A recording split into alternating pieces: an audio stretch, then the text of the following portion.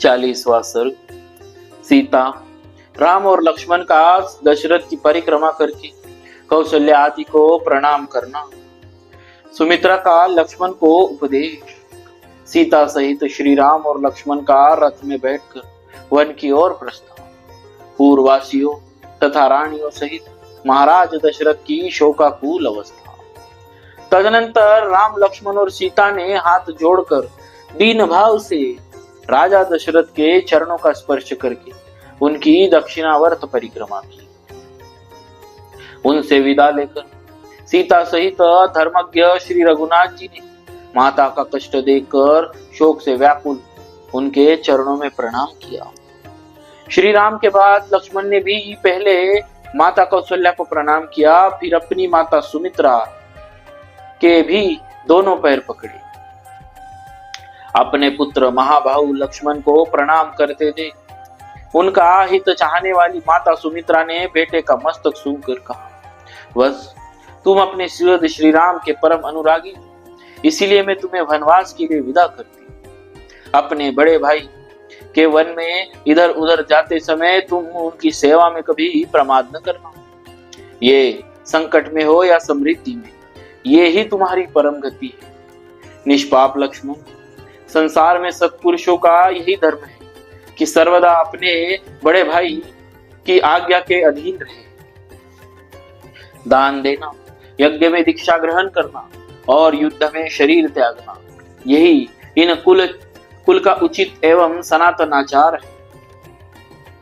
अपने पुत्र लक्ष्मण से ऐसा कहकर सुमित्रा ने वनवास के लिए निश्चित विचार रखने वाले सर्वप्रिय श्री रामचंद्र जी से कहा, बेटा जाओ जाओ, तुम्हारा मार्ग मंगलमय हो। इसके बाद वे लक्ष्मण जी से फिर बोली, बेटा तुम श्री राम को ही अपने पिता महाराज दशरथ समझो, जनक नंदिनी सीता को ही अपनी माता सुमित्रा मानो और वन को ही अयोध्या जानो। अब सुखपूर्वक यहाँ से प्रस्थान करो। इसके बाद जैसे मातली इंद्र से कोई बात कहते हैं, उसी प्रकार विनय के ज्ञाता सुमंत्र ने ककुत्स्थ्य कुलभूषण श्री राम से विनय पूर्वक हाथ जोड़कर कहा, महायशस्वी राजकुमार श्री राम, आपका कल्याण हो। आप इस रथ पर बैठे, आप मुझसे जहां कहेंगे वही मैं शीघ्र आपको पहुंचा दूंगा। आपको जिन 14 वर्षों तक वन में रहना है, उनकी गणना आज से ही प्रारंभ हो जानी चाहिए, क्योंकि देवी कैकेयी ने आज ही आपको वन में जाने के लिए प्रेरित किया है। तब सुंदरी स्त्रियां अपने अंगों में उत्तम अलंकार धारण करके प्रसन्न चित्त से उस सूर्य के समान तेजस्वी रथ पर आरूढ़ हुई। पति के साथ जाने वाली सीता के लिए उसके ससुर ने वनवास की वर्ष संख्या गिनकर उसके अनुसार ही वस्त्र और आभूषण दिए थे। इसी प्रकार महाराज ने दोनों भाई श्री राम और लक्ष्मण के लिए जो बहुत से अस्त्र शस्त्र और कवच प्रदान किए थे, उन्हें रथ के पिछले भाग में रखकर उन्होंने चमड़े से मड़ी हुई पिटारी और खंती या कुदारी भी उसी पर रख दी थी।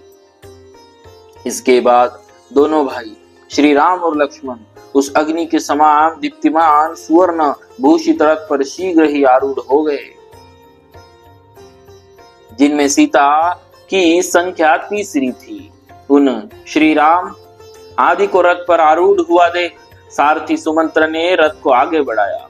उसमें जुते हुए वायु के समान वेगशाली उत्तम घोड़ों को हाका। जब श्री रामचंद्र जी सुदीर्घ काल के लिए महान वन की ओर जाने लगे, उस समय समस्त पूर्ववासियों, सैनिकों तथा दर्शक रूप में आए हुए बाहरी लोगों को भी मूर्छा आ गई। उस समय सारी अयोध्या में महान कोलाहल मच गया। सब लोग व्याकुल होकर घबरा उठे। मतवाले हाथी श्री राम के वियोग से कुपित हो उठे और इधर उधर भागते हुए घोड़ों के हिनहिनाने एवं उनके आभूषणों के खनखनाने की आवाज सब और गूंजने लगी। अयोध्यापुरी के आबाल वृद्ध सब लोग अत्यंत पीड़ित होकर श्री राम के ही पीछे दौड़े, मानो धूप से पीड़ित हुए प्राणी पानी की ओर भागने जाते हैं। उनमें से कुछ लोग रथ के पीछे और अलग बगल में लटक रहे थे। सभी श्री राम के लिए उत्कंठित थे और सबके मुख पर आंसुओं की धारा बह रही थी। वे सब के सब उच्च स्वर से कहने लगे, सुत, घोड़ों की लगाम खींचो, रथ को धीरे धीरे ले चलो, हम श्री राम का मुख देखेंगे, क्योंकि अब इस मुख का दर्शन हम लोगों के लिए दुर्लभ हो जाएगा। निश्चय ही श्री रामचंद्र जी की माता का हृदय लोहे का बना हुआ है, इनमें तनिक भी संशय नहीं। तभी तो देव कुमार समान तेजस्वी पुत्र के वन की और जाते समय फट नहीं जाता। विदेह नंदिनी सीता कृतार्थ हो गई, क्योंकि वे पतिव्रत धर्म में तत्पर रहकर छाया की भांति पति के पीछे पीछे चली जाती है। वे श्री राम का साथ उसी प्रकार नहीं छोड़ती है जैसे सूर्य की प्रभा मेरु पर्वत का त्याग नहीं करती है। अहो लक्ष्मण, तुम भी कृतार्थ हो गए, क्योंकि तुम सदा प्रिय वचन बोलने वाले अपने देवतुल्य भाई की वन में सेवा करोगे। तुम्हारी यह बुद्धि विशाल है, तुम्हारा यह महान अभ्युदय है, और तुम्हारे लिए यह स्वर्ग का मार्ग मिल गया है, क्योंकि तुम श्री राम का अनुसरण कर रहे हो। ऐसी बातें कहते हुए वे पूर्वासी मनुष्य उमड़े हुए आंसुओं का वेग न सह सके।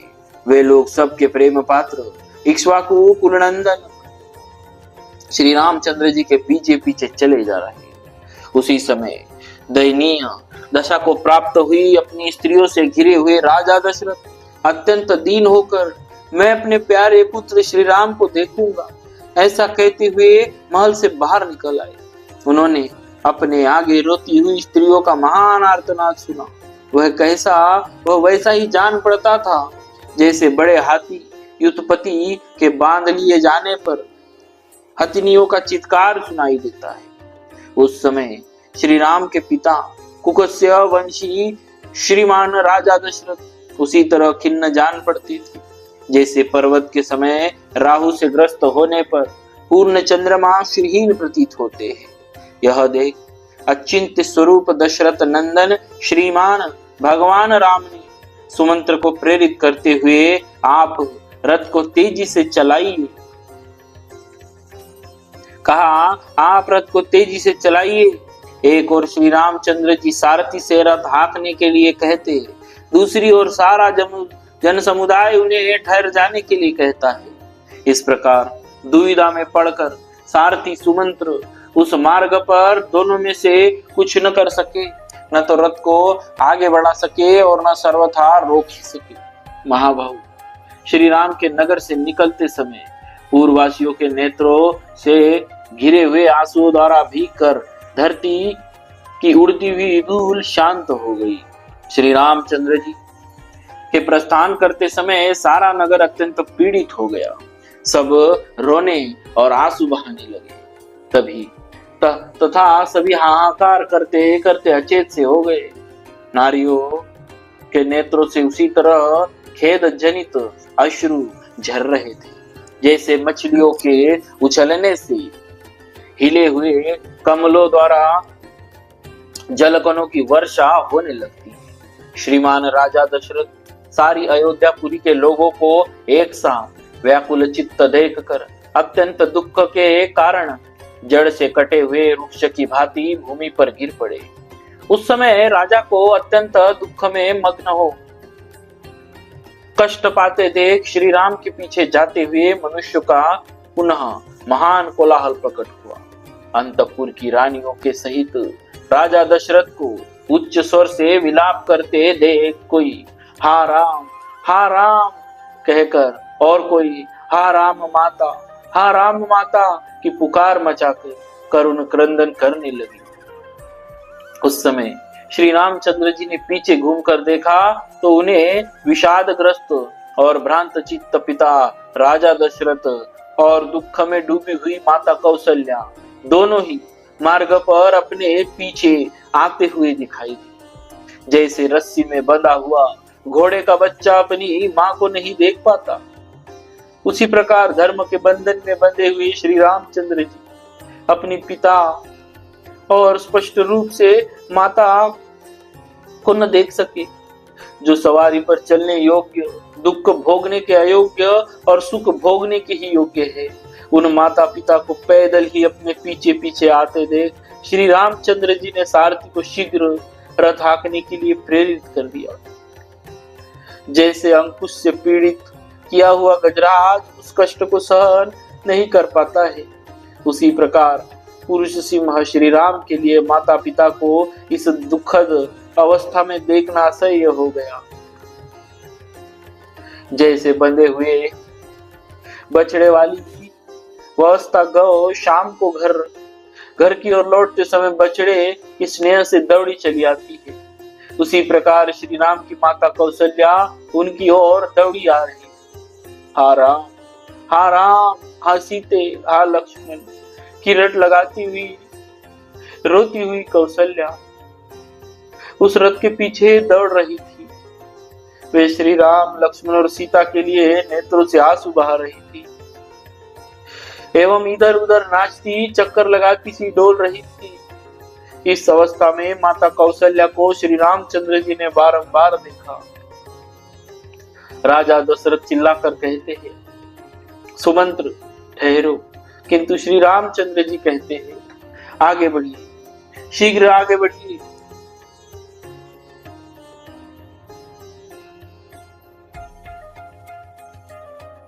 उन दो प्रकार के आदेशों में पड़े हुए बेचारे सुमंत्र का मन उस समय दो पहियों के बीच में फंसे हुए मनुष्य का सा हो गया था। उस समय श्री राम ने सुमंत्र जी से कहा, यह अधिक विलंब करना मेरे और पिताजी के लिए दुख ही नहीं, महान दुख का कारण होगा, इसीलिए रथ आगे बढ़ाइए। लौटने पर महाराज बुला ना दे तो कह दीजिएगा मैंने आपकी बात सुनी नहीं। अंत में श्री राम के ही आदेश का पालन करते हुए सारथी ने पीछे से आने वाले लोगों से जाने की आज्ञा ली और स्वतः चलते हुए घोड़ों को भी तीव्र गति से चलने के लिए हाका। राजा दशरथ के साथ आने वाले लोग मन ही मन श्री राम की परिक्रमा करके शरीर मात्र से लौटे, मन से नहीं लौटे, क्योंकि वह उनके रथ की अपेक्षा भी तीव्रगामी था। दूसरे मनुष्य का समुदाय शीघ्रगामी मन और शरीर दोनों से ही नहीं लौटे। वे सब लोग श्री राम के पीछे पीछे दौड़े चले गए। इधर मंत्रियों ने महाराज दशरथ से कहा, राजन, जिसके लिए इच्छा की जाए कि वह पुनः शीघ्र लौट आए, उसके पीछे दूर तक नहीं जाना चाहिए। सर्वगुण संपन्न राजा दशरथ का शरीर पसीने से भीग रहा था। वे विषाद के मूर्तिमान स्वरूप जान पड़ते थे। अपने मंत्रियों की उपर्युक्त बात सुनकर वे वही खड़े हो गए और रानियों सहित अत्यंत दीन भाव से पुत्र की ओर देखने लगे। इस प्रकार श्री वाल्मीकि निर्मित आर्ष रामायण आदि काव्य के अयोध्या कांड में 40वां सर्ग पूरा हुआ। बोलिए श्री सीताराम जी महाराज की जय। भक्तवत्सल भगवान